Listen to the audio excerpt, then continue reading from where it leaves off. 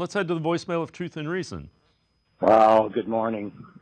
I wish I could be more excited about beating Pittsburgh, but here's the truth of it. All it's done is prolong the agony.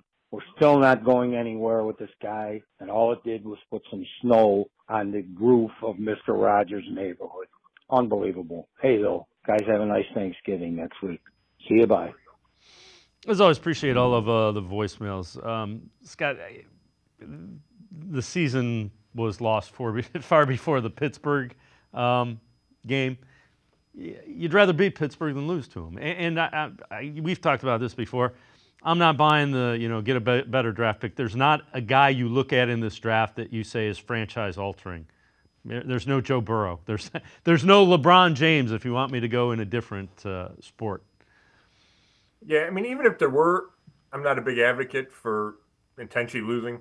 I think it just sends a bad message to your team, your organization, everybody involved, the players out there risking injury.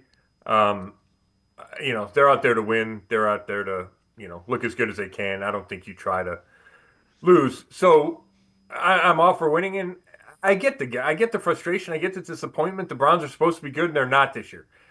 Does that take away some of the enjoyment of the Steelers win? Sure, it could.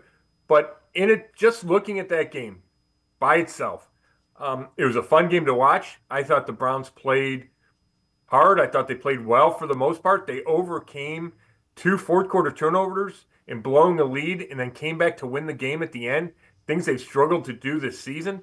So I thought there were definitely signs of progress. Now, the next step is building on that. And they haven't won 2 in a row this year. They have some really tough opponents coming up to finish this season, these last 6 games. I don't think there's a gimme in the stretch. So let's see if they can build off of that. Let's see what Jameis Winston can do. The more starts he stacks. So I get all the frustration, but I think you can still celebrate that win.